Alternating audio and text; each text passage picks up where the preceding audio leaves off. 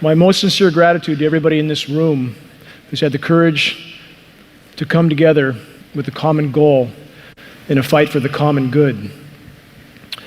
We face immense challenges, as this presentation or this event has clearly shown. We have challenges from every direction, too many to fully comprehend. But there's a challenge that we face that the vast majority of society is still unaware of. A challenge that's been going on for 6.5 decades in plain sight. A challenge that official agencies and experts have lied to us about. My name is Dane Wigington. I'm the lead researcher and administration for a website called geoengineeringwatch.org. The purpose of our site, the only purpose of our site, is to sound the alarm on global climate engineering. We're non-political. We don't sell anything. I'm not a professional speaker. I'm a father. And that fact caused me to put my life on hold 10 years ago when I became aware of this issue. I have a background with Bechtel Power Corporation, going back a long way, but I have a background in renewable energy. I live in the wilderness of Northern California. I'm completely off-grid. I have wind, solar, and hydropower.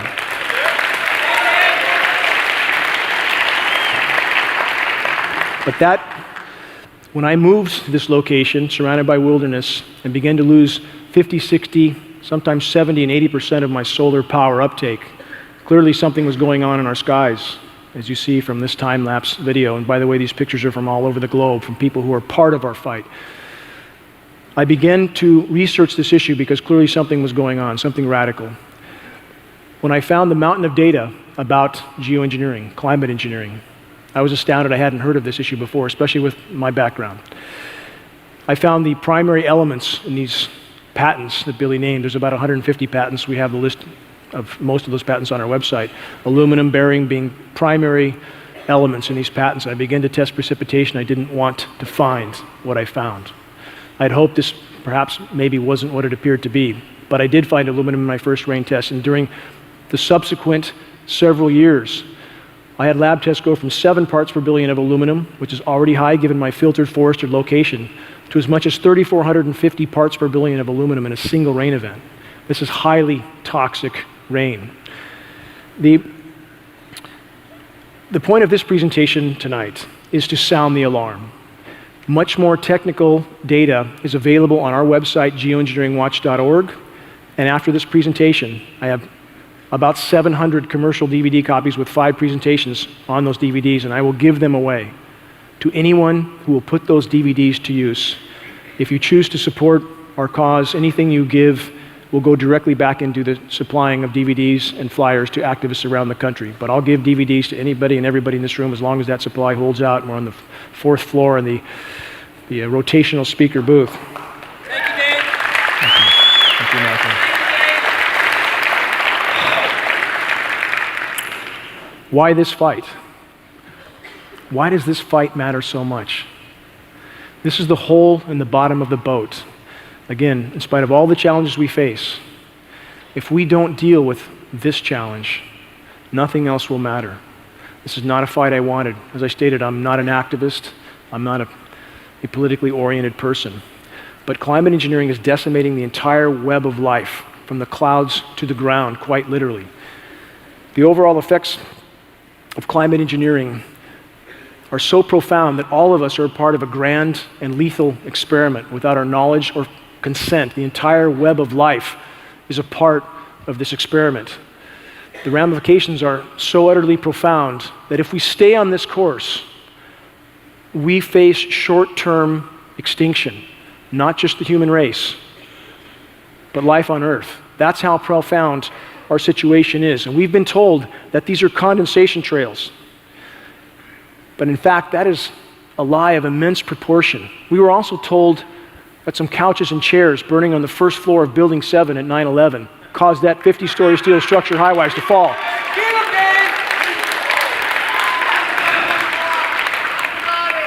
So much of our society is living in a delusion that if we can't look up and see that what's happening in our skies, it looks like we're living in another planet, literally. In regard to what's a condensation trail and what is not, all commercial aircraft and all military tankers have a high bypass turbofan jet engine. We have a tutorial for this jet engine on our homepage of Geoengineering Watch, and you can learn about this engine. It's basically a jet-powered fan. 85% of the air that passes through this engine is non-combustive. This engine is by design nearly incapable of making a condensation trail except under the most extreme circumstances.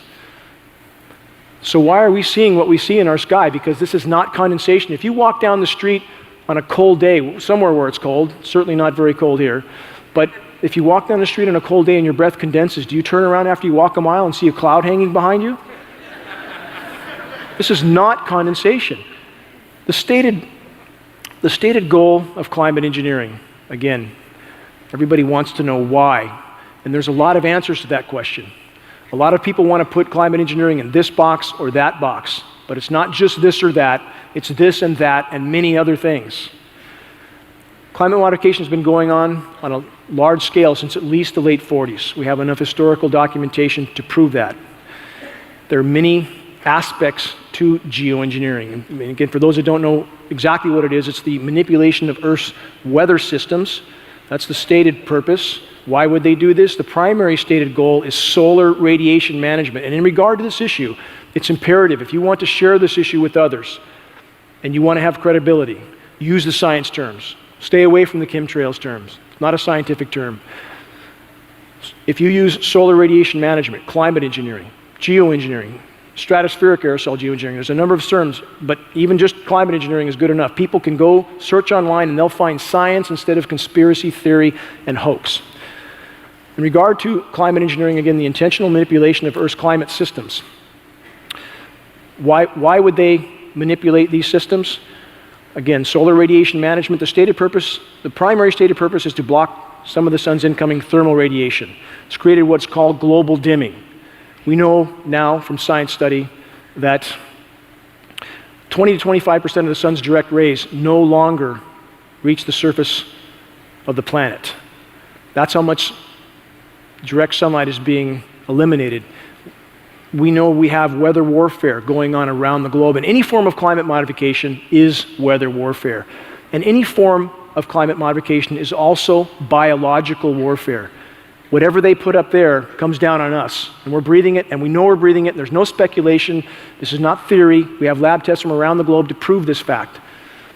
So when we have these kind of programs going on, for the length of time they've been going on, the effects start to become catastrophic. Along with these programs, the saturation of the atmosphere with conductive, toxic, metallic particulates. There are other elements to climate engineering that work in conjunction with that, to manipulate those particulates. Most of you have probably heard of HAARP, High Frequency Active Auroral Research Program. HAARP is an ionosphere heater. If you think your cell phones are dangerous, the ionosphere heaters are much more dangerous. There's at least 2 to 3 dozen of these large ground-based facilities around the globe. Some of them can transmit 3.5 billion watts of power into the atmosphere. Available data indicates that they can heat the atmosphere to 15,000 degrees Fahrenheit or more, the ionosphere. Why would they do this? Back to how are they modifying the weather? So that causes changes in pressure. They can manipulate the jet stream. And now we live in a scenario where so much weather modification is going on that literally we are at the point now where we have no natural weather. When you taint any part of the system, you taint the entire system. And the fallout, again, from these programs is so immense that those in power will do anything they can to hide this for as long as they can, for obvious reasons. We have collaboration between global governments. We know this collaboration is going on. In fact, when they have climate meetings, like we've had in Cancun and Copenhagen, we've noted aluminum futures increasing 25 to 30% after these meetings. They're not talking about cutting carbon. They're making backroom deals to ramp up climate engineering even more. And these systems can only harm the planet, just like a pharmaceutical treatment, as this has been talked about during this whole event. Take this for that, and by the way, here's 20 things that will happen if you do. The planet's no different. So the downstream effect right now is absolutely horrific. Who would do this? It's a question many people want to know. All roads lead back to those who print the money. those who start the wars, those who can fund anything they want. And we know that since 1993, the Pentagon can't account for $8.5 trillion. How do you lose $8.5 trillion? And that's simply what we know about. So those in power, again, can fund anything they want. All roads lead back to the central bankers. That's who controls the military. Our goal, our hope, is to spread awareness enough where our brothers and sisters in the military, who are there for the right reasons, the vast majority of them, that we would raise critical, massive awareness to the point where they know and where they refuse to participate. How long has this been going on? Again, since the late 40s. That's a long time to manipulate the weather. Most of us here in this room have never experienced truly natural weather, and the weather system is much more malleable than people have been led to believe. They've been led to believe you can't control the weather, you can't harm the weather, you can't alter the weather. This is an absolute lie. In regard to the drought in California, we know this is a 2 + 2 = 4 equation. We know the drought in California is a direct result of climate engineering. We have satellite imagery of blanket spraying off our coast that disrupts the hydrological cycle, disrupts the rain cycle. This data has been given, by the way, to officials in Sacramento. I was in Sacramento 2 days ago, and finally told by the staff of one of the representatives that they all know this is going on, they don't know what to do. I've been told to my face by a NOAA scientist off the record, they all know what's going on. They're alarmed as hell. That was her words, not mine. Again, they don't know what to do. But when they have enough cover, when enough of the population recognizes this is going on, they'll come from every corner. There's no question about that. We just have to raise awareness to the point where they can. So at this point, we're living literally on a highly, highly toxic planet. And that comes from a lot of directions, I realize. We all recognize the chemicals we're exposed to, the other forms of industrialized pollution. We have the vaccinations, the food, and so forth. We have Fukushima. But now we have something that is so total that you can't hide anywhere from this. There is nowhere to hide on our planet. We know this from a study from 1,000 whales from 2010, taken from the most remote places on the planet. And the report stated, and I quote, the whales had jaw-dropping levels of aluminum in their tissue. You can't hide from this material. Every human test subject that we know of that's been tested for the primary metals in these patents is off the chart. Hair, blood, and urine tests. Again, the lab tests prove what's coming down in our rain. If it's in our rain, it's in our air. It's in our air, it's in our lungs. We have internationally recognized neuroscientists like Dr. Russell Blaylock, who has stated on the record, he has a great courage. Dr. Russell Blaylock, great courage. These particles are so small, we're talking about nanoparticles, that you can't filter out with any conventional mask. They enter through the lung lining, go straight into the bloodstream where they adhere to cell receptors like a plaque. How long can we go on like this? So, again, although we face challenges like Fukushima and vaccinations, resource depletion, and so forth, if we're breathing all this stuff with every breath we take, if we can't walk outside without sucking in a lungful of heavy metal, how long will we be thinking clearly enough to face any challenge? How long? Again, I didn't want this battle. This is the last thing I imagined taking 10 years of my life off to do. But how can one turn away from this once we know what's going on? We have other players in this cabal of insanity. Monsanto, what a surprise. So while they're contaminating the entire planet with toxic heavy metals, and we know that they are, we know there's so much metal coming down on us that it's changing soil pH values. That takes a lot of metal. And the forest where I live was thriving only 10 years ago. It's virtually silent now. Soil pH values in Northern California have changed 10 to 12 times toward alkaline. That takes a tremendous amount of metal. The entire forest is dying right now. We are seeing aquatic and terrestrial insect life decline, as measured by Forest Service biologists who I work with. 90% decline in 10 years. If the bugs can't make it, how long will we make it? Tree decline around the globe. This is a virtual crash, by the way. Tree decline around the globe is absolutely cataclysmic. 30% of the boreal forest in Alaska is dead. Drive around here and look at your trees. They look terrible. And one other consequence of climate engineering, by the way, disrupts The hydrological cycle, contaminating the entire planet, every breath we take. It's also shredding the ozone layer.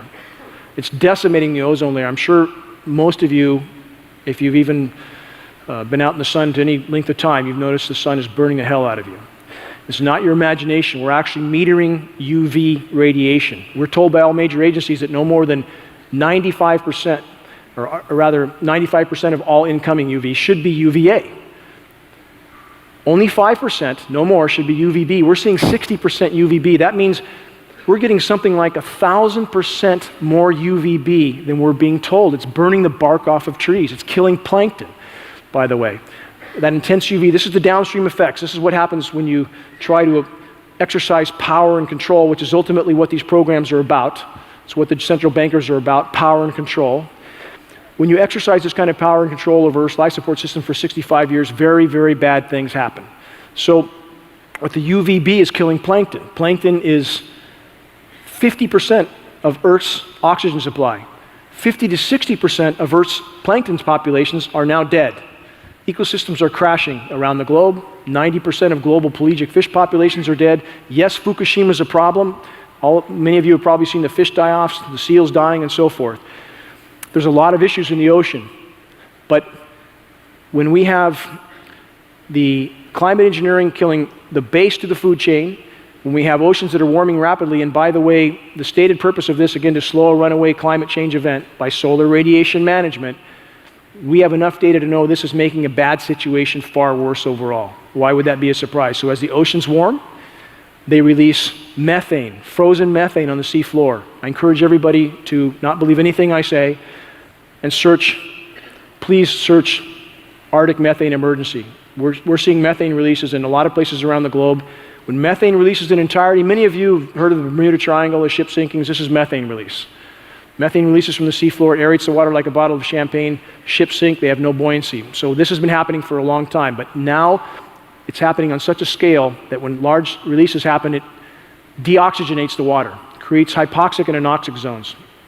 So that's the likely primary cause of the fish die-offs everywhere. And as that methane release, it feeds as a positive feedback loop. Methane goes into the atmosphere.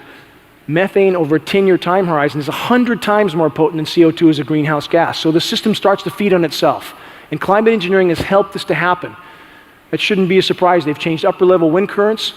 That changes ocean currents. We have warm water pumping straight into the Arctic now, helping to release methane. There's enough methane in the Arctic to cause a Permian-style mass extinction 100 times over. Nothing like this has ever happened before at this speed on planet Earth. Paleo data makes that clear. Global extinction figures today, we are losing 200 plus species of plant and animal a day to extinction. And a lot of people will try to argue that this is natural to have species coming and going. That's 10,000 times background extinction rates, 10,000 times. Nothing normal about that. That's 1,000,000% of normal. The atmosphere is as thin as a layer of paint on a basketball. That's what allows us to live on this planet. That's what allows us to survive. When you experiment with that thin layer of atmosphere, that's extreme folly, and that's exactly what's happening. And we're all part of that grand and lethal experiment. Now, many would wonder, why aren't we being told about this? Why aren't officials telling us about this kind of program? Isn't that their job? No, their job is to hide this. Why did the state of California stop testing for water quality in 2002? Why is that? I've been in high-level EPA meetings in Sacramento, one arranged by a congressional rep. 5 top EPA officials told to my face that the system is rigged, that they are told to test for combustion particulates only. The rest of their samples go out the window. You can't find what you're told not to look for. That's how the system's designed, just like when Fukushima happened, and suddenly the safe level of radiation goes up 10,000%. They move any figure around any way they want. In fact, a friend of mine with Union of Concerned Scientists in Northern California has measured the temperature deviation from the official reading to the actual reading, 4.6 degree discrepancy. Underreporting, not over-reporting like a lot of people want to think, underreporting, which means the planet is much, much warmer than we've been told. And climate engineering, again, is making this worse, not better, but they are going to continue to double down until people are in the streets with their pitchforks and torches, realizing that we are literally, quite literally, in a fight for our life. So don't expect the agencies to do anything. I've been in Lieutenant Governor Newsom's office, presented data to his aide and himself. There's no question they know this is going on. They're not going to do a thing. I've been in Barbara Boxer's office. I've spoken in front of the California Air Resources Board. Climate scientists, also total denial, criminal denial, I would argue, criminal denial. I was 2 weeks ago with internationally recognized climate scientist Guy McPherson and tried to confront that denial. You cannot have a legitimate discussion about climate change unless you discuss climate engineering first and foremost. You can't eliminate the biggest part of the puzzle of all. So this is where these people have to be held accountable, whether they're meteorologists, whoever they are. And on that note, Raytheon, one of the largest weather modification players, does all the weather modeling for the National Weather Service and NOAA. You have the foxes quite literally running the henhouse. That's the world we live in. Lockheed Martin does all the modeling for the FAA. So again, we have those that are running the weather mod, doing the modeling. We also have a lot of disaster capitalists on this. As I mentioned, Monsanto, we have weather trading derivatives going on. So while they're trying to hide the full scope of damage with climate engineering by doing even more damage at the same time from the same programs, they're also running gaming casinos on the stock market for weather trading derivatives. So they decide whose crops fail, whose don't. They decide who gets rain, who doesn't. They decide how toxic that rain is. Nobody has a right to experiment on us in this manner, and the media's betrayal is astounding, absolutely astounding. The things people will do for a paycheck and a pension is absolutely inexcusable. It's inexcusable, and it's up to us to hold them accountable. Every single one of us in this room. This can't be done by one or two. We are under no less than a direct assault. Again, if you can't walk outside without living underneath this, and everything they put up is coming down, and this is beyond any dispute. We have film footage of this happening. Again, military tankers, all this is available on our site. If we're facing for a fight for life, again, defending our children and trying to provide them some sort of future is not an option, it's an obligation. We have to engage in this fight. If we truly pretend to love them or profess to love them, we have to engage in this fight. And silence is betrayal, as Martin Luther King said. There comes a time when silence is betrayal. And for those that don't want to address this issue because of the resistance they may get from friends, I encourage you, please, please come out of the shadows. Please help us address this issue.